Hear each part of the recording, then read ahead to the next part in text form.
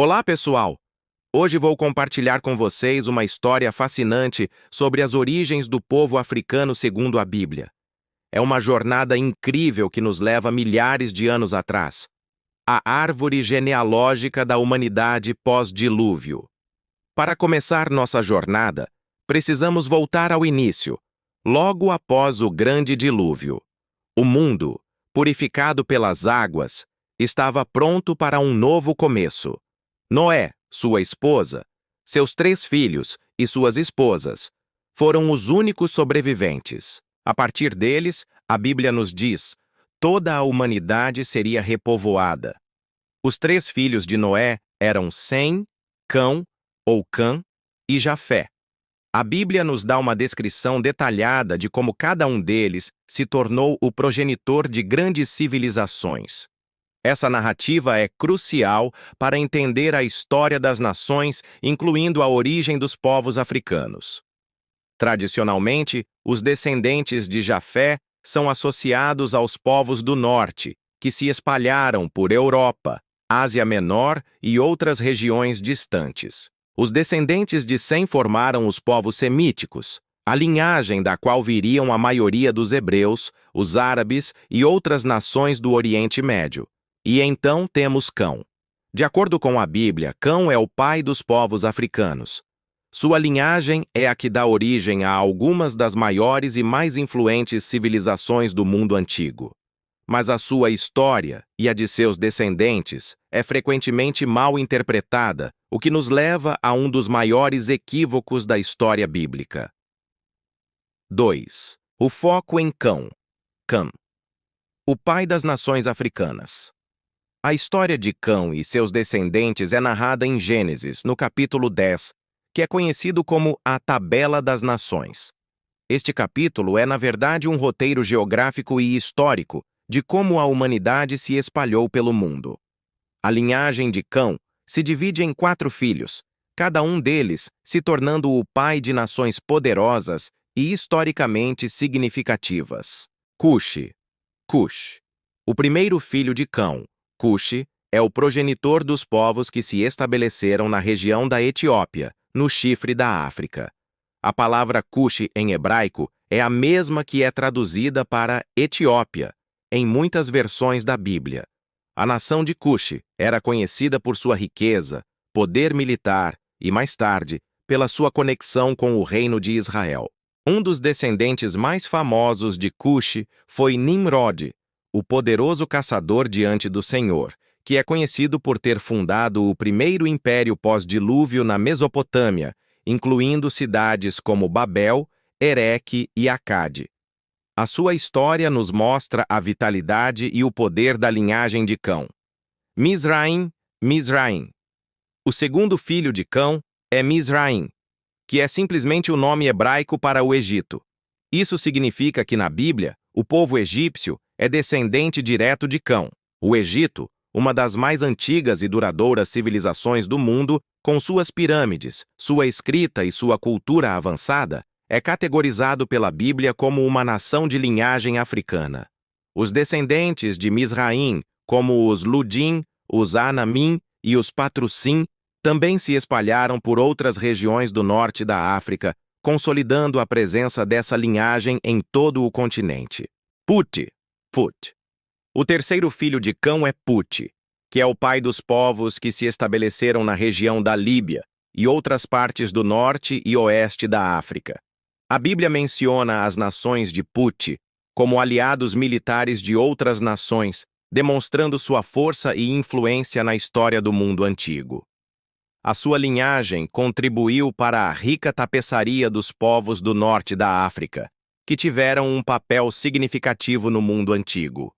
Canaã. Canaã. O último filho de Cão é Canaã. A sua história, no entanto, é o ponto central de um dos maiores mal-entendidos da história bíblica. Os cananeus se estabeleceram em uma região que hoje corresponde a Israel e ao Líbano. A história de Canaã é a origem do mito perigoso da maldição de Cão. No entanto, a verdade bíblica é muito diferente do que muitos acreditam. A maldição Não foi sobre Cão e sua linhagem, mas sobre Canaã. Vamos desvendar essa verdade no próximo capítulo. Você sabia que, de acordo com o livro de Gênesis, todos nós descendemos de Noé e seus 3 filhos, Sem, Cam e Jafé? Após o dilúvio, esses 3 irmãos e suas famílias se espalharam pelo mundo, dando origem a diferentes povos e nações.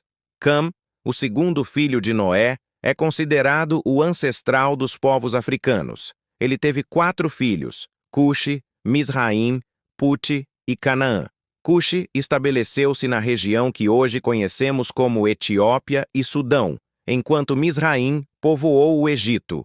Inclusive, Misraim é o nome hebraico para o Egito. É interessante notar como a Bíblia descreve o desenvolvimento dessas civilizações antigas. O reino de Cuxê, por exemplo, tornou-se uma das mais importantes civilizações da África antiga, conhecida por sua rica cultura e desenvolvimento tecnológico.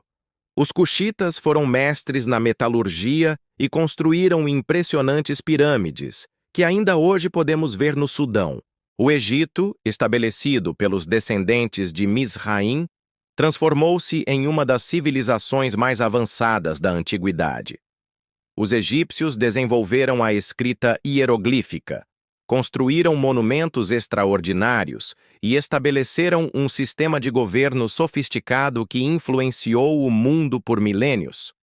Puti, outro filho de Cam, é associado às regiões da Líbia e partes do norte da África. Seus descendentes foram conhecidos como excelentes comerciantes e navegadores, estabelecendo importantes rotas comerciais pelo continente africano.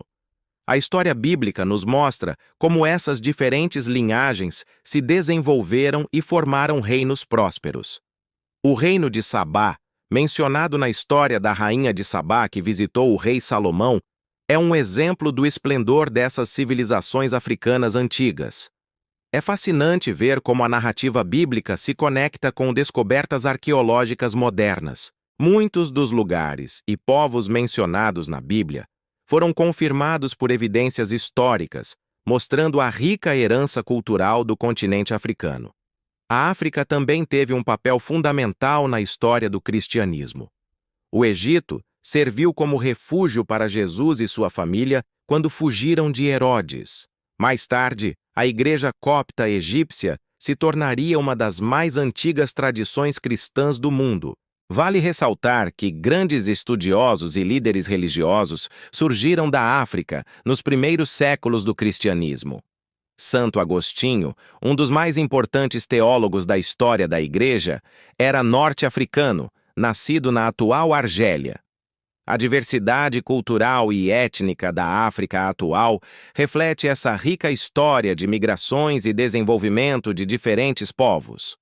Cada região do continente tem suas próprias tradições, línguas e costumes únicos, que foram se desenvolvendo ao longo de milhares de anos. É importante lembrar que essa história não é apenas sobre o passado, ela nos ajuda a entender melhor nossa própria identidade e as conexões profundas que existem entre diferentes povos e culturas. A narrativa bíblica nos mostra que, apesar de nossas diferenças, todos fazemos parte de uma mesma família humana.